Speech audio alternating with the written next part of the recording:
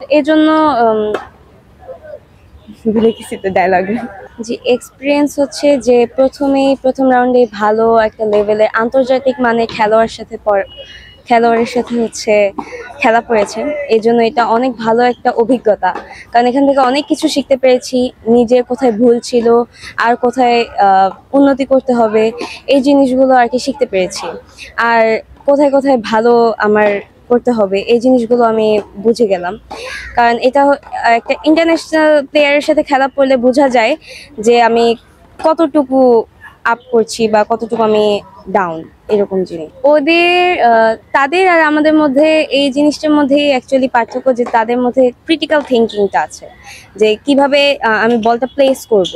আমাদের মধ্যে তাদের প্লেয়ারদের চেয়ে বেশি আমাদের প্লেয়াররাও ভালো খেলে, কিন্তু জিনিসটা এমন যে তারা প্লেস করতে জানে বল, যে আমি কিভাবে বলটা মারলে আমি নেক্সট পয়েন্টটা পাবো। বাট আমাদের ক্ষেত্রে এরকম যে আমরা বলটা পেলেই, মানে আমাদের মধ্যে অধিক পাওয়ার, অনেক ভালো ভালো প্লেয়াররা আছে, অনেক পাওয়ারফুল প্লেয়াররা আছে, বাট স্টিল যে অভিজ্ঞতা। আর আমাদের দেশে তো টুর্নামেন্ট সেরকম হয়ই না, বলতে গেলে খুব কম হয়। টেনিস তো বলাই হয় না, মানে হয় না। তো সেই জায়গায় যে ও ইন্টারন্যাশনাল একটা লেভেলে গিয়ে আমাদের মেয়েরা ছেলেরা অনেক ভালো করছে, এই জন্য আমাদের জন্য এই জিনিসটা অনেক বেশি ভালো এক্সপিরিয়েন্স হচ্ছে। আরো ইনশাল্লাহ আগে আমরা আরো করব ভালো কিছু। এই গল্পটা আসলে আমি যখন ছোট ছিলাম তখন আমার বাবা মা দুজনেই হচ্ছেন স্পোর্টসের সাথে ইনক্লুড, তো এই জন্য আমারও ওইভাবে খেলাধুলার মধ্যে আসা। আমার বাবা ছিলেন হচ্ছে সাইক্লিং প্লেয়ার, সাইক্লিস্ট প্লেয়ার। তো এভাবেই সে আবার টেবিল টেনিসও খেলতেন। তো এইভাবেই আমার আত্মীয় স্বজন অনেকেই আছেন যারা টেবিল টেনিসের সাথে সম্পৃক্ত, যার জন্য তাদের থেকে আর কি আমি ইন্সপায়ার্ড। আর ছোটবেলায় খুব স্পোর্টসের সাথে অনেক আগ্রহ ছিল, এই জন্যই হচ্ছে আশা। অন্য খেলা আর টেনিসের মধ্যে পার্থক্য এটাই যে টেনিসের মধ্যে সব খেলা আছে, যেমন কি এখানে দৌড় আছে, ঝাপটা আছে, এখানে ফিজিক্যাল ফিটনেস লাগে, কনসিস্টেন্সি লাগে, সব আছে এখানে। এটা অনেক পরিশ্রমের খেলা।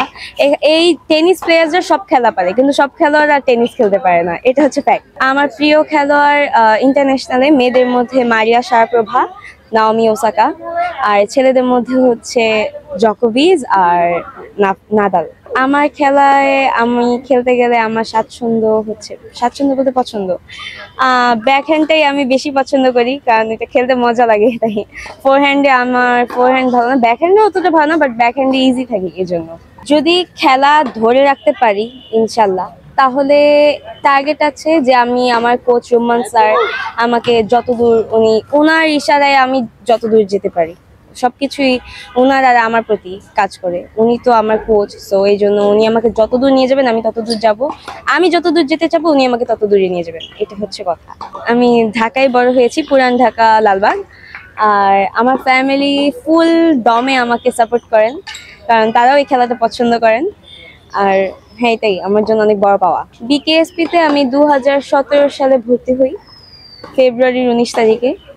আমি, সুবর্ণা, মাসুদা পরিণী আপু, আরো অনেকে আছেন ভাইয়াদের মধ্যে, আদিব ভাইয়া, জিসান, জাহিদ ভাইয়া, আরো অনেকের নাম এখন ভুলে গিয়েছি।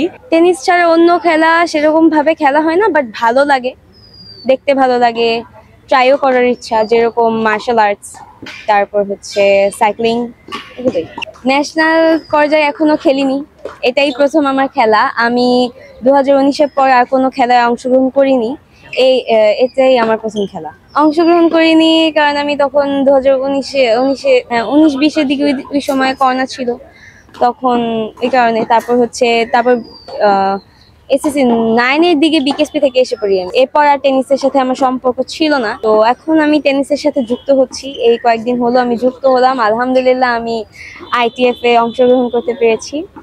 আর ইনশাল্লাহ সামনে আরো ভালো কিছু আসবে যদি চেষ্টা চালিয়ে যাই, যতদিন বেঁচে আছি ইনশাল্লাহ।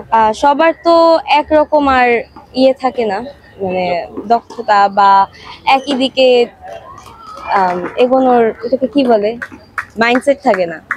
সো এই জন্য আমি দেখি, যদি আমি ভালো কিছু করতে পারলে, ভালো অপরচুনিটি থাকলে অবশ্যই সেদিকেই যাব, কিন্তু তার আগে ইচ্ছা আছে যে একজন ভালো শিক্ষক হওয়ার আগে একজন ভালো শিষ্য হতে হয়। সো এই জন্য আমি এই দিকটাতেই ফোকাস করছি। কারণ কি একটা খেলোয়াড় শুধু ভালো খেলোয়াড় হলে, চ্যাম্পিয়ন হলেই খেলোয়াড় হয় না, তার বিহেভিয়ার, ম্যানার্স আর তার সবকিছু, এগুলোই আসলে ডেডিকেশন, এগুলোই ইম্পর্টেন্ট। জিনিসটা এমন না যে বিদেশি কোচ পেলেই ভালো কিছু করা যাবে, কোচের মতো কোচ পেতে হবে, কোয়ালিফাইড কোচ। সো আমাদের এখানে যে যারা ভালো কোচ তাদেরকে যদি দাবিয়ে রাখা হয় সেটা তো হবে না। ভালো কোচ যে আমার শুধু খেলতে পারলেই তো ভালো কোচ হবে না, প্রশিক্ষণও তো সেরকম দিতে হবে।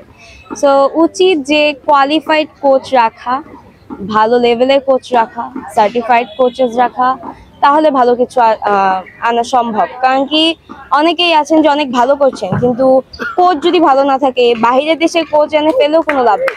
ভালো কোচ দাবিয়ে রাখা বলতে কি যে অনেক কোচ থাকে, অনেক ভালো লেভেলের কোচ থাকে, কিন্তু মানে আমরা অনেক সময় এমন থাকে যে আমরা যে মানুষটাকে, আমরা সার্টিফাইড একটা মানুষ, তাকে না দিয়ে যে মানুষটা আমাদের সাথে থাকছে না আমরা তাদেরকেই সুপারিশ করি। তো এই জিনিসগুলো না করে যারা সার্টিফাইড তাদেরকে যদি চান্স দেওয়া হয়, তাহলে হোপসো যে ভালো কিছুই আসবে।